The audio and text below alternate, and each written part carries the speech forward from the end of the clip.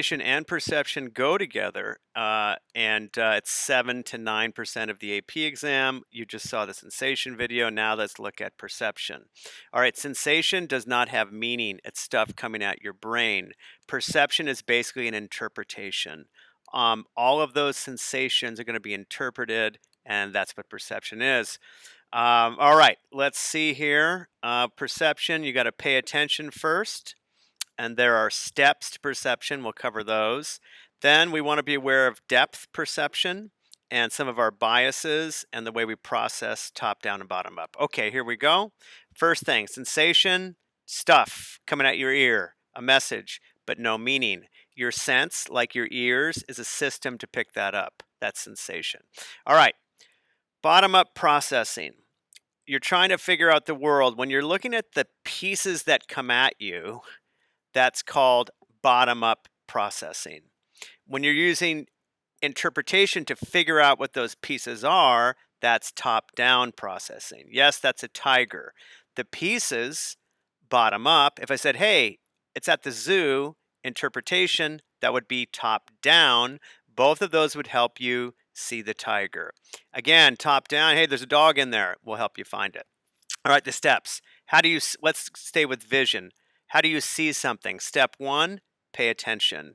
You need to be focused and pay attention. Change blindness is that thing we saw where they didn't see the gorilla. Step one, pay attention. All right, lots of stuff on illusions, and all illusions illustrate is that our senses are flawed. The way the Greeks talked about it, they are flawed. They are not perfect, and that's what illusions tell us. All right. How do we make sense of all these sensations? How do we organize our perceptions? Let's start with form. All right. In your cortex, you have feature detectors which can see lines. And eventually, what we're going to do is we're going to see the form, then we're going to see depth, then we're going to see color, then we're going to see motion. Step one, figure and ground. Something has to be in the front, something else in the background. That is figure and ground. You can only see one at a time. It's either going to be two people about to kiss or a cup back and forth. One's going to be figure, one's going to be ground. Once you separate the front from the back, the figure from the ground, the next thing we have to do is basically when stuff's coming at your eye. If you look at this room here, this is what your eye sees are these pieces.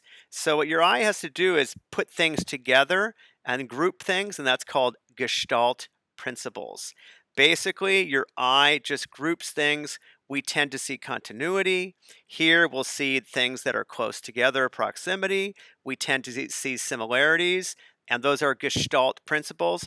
We fill in the gaps. So first, it's front, back, figure, ground. Then we glue them together with Gestalt, and then we see basic forms. All right, then closure again, and all right, that's it, I guess then. So now we see, basically we see forms. The whole point of camouflage of a zebra is you can't find the end of it. You don't know where it ends, and that's why they do that. All right, next thing to be aware of. So step one was you see form through Gestalt. Step two, depth perception. Okay, lots on here. Basically, this is a painting. It's flat, but it looks like it has a third dimension. Your eye works the same way. And so it has two ways of doing that: binocular cues or hints that require two eyes, monocular cues that you can do with one eye that the same way an artist would work. Let me show you. The first binocular cue to be aware of is retinal disparity. You have two retinas, like two cameras, and there's a disparity. There's a different point of view. The farther something is away from you, the more disparity, so it tells you about depth. Binocular cues come from the body. They come from your eye. This comes from the retinas. Another two are convergence, and that's where if you just hold your finger and have it go at your nose, your eyes will converge. And accommodation is when you squint, like when a sign is far away. Those are three binocular cues. Definitely want to be aware of that. Now, if you had one eye, you could still see depth, but it would be impacted a little bit. It would affect your depth perception. But if you're a pirate with one eye, Monocular cues come from the stimulus. What does that mean? It's what artists do. This painting is flat, but it looks like it has depth. Your eye works the same way. Relative size. You don't think he's a tiny man. He's small relative to these other people. You say, oh, he's just farther away. Interposition, something covers up the other. Texture and clarity tells you how far away something is. Shadows tell you how far away something is. Linear perspective. Two lines go away. Look, this is flat, but it looks like it goes away. That is linear perspective. And those are relative clarity here. The spider looks clear, so we think he is closer. Texture gradient, you can see here. And relative height. Again, art things. He's lower in the painting, he seems closer. Brightness. So basically, these are all monocular cues that you want to be aware of, and you only need one eye to see those. All right, and then you have some fun tricks like this. You don't think he's going to get the elephant. You think it's not a tiny elephant. You think he's farther away. All right, just be aware also, we perceive motion. There's something called perceptual constancy. Once your brain sees something, it sticks to it. So once you see a rectangle here, you will always see a rectangle, even though technically this is not a rectangle. So all kinds of fun stuff. Angles can change your perception. And, first you see distance, then size. So this linear perspective makes you think it's farther away. That's why this creates this illusion here. And perceptual interpretation. If you look at these, if you read these really fast, if I said, read the color, this is red, that's green, that's blue, that's requiring you to interpret. That would be top-down perception. A couple other things to be aware of.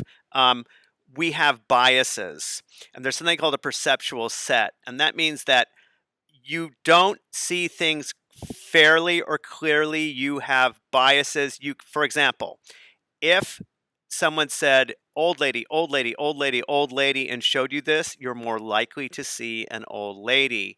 If someone said rat, rodent, mouse, you'd be more likely to see a rat or a rodent. But there's another possibility here. This could be a young lady, and this could be a man's face. So perceptual set is the idea that you can be set up or predisposed to perceive things. And a very important theme of psychology: we are not fair. We are not video cameras. We process and perceive and have biases.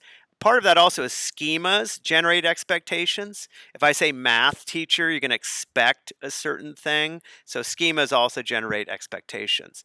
All right, so for perception, it follows sensation, and you make meaning of the sensation. So you take the lines and you'll see a face. And then you'll take lines and you'll see pairs. And then you'll take lines and you'll see form.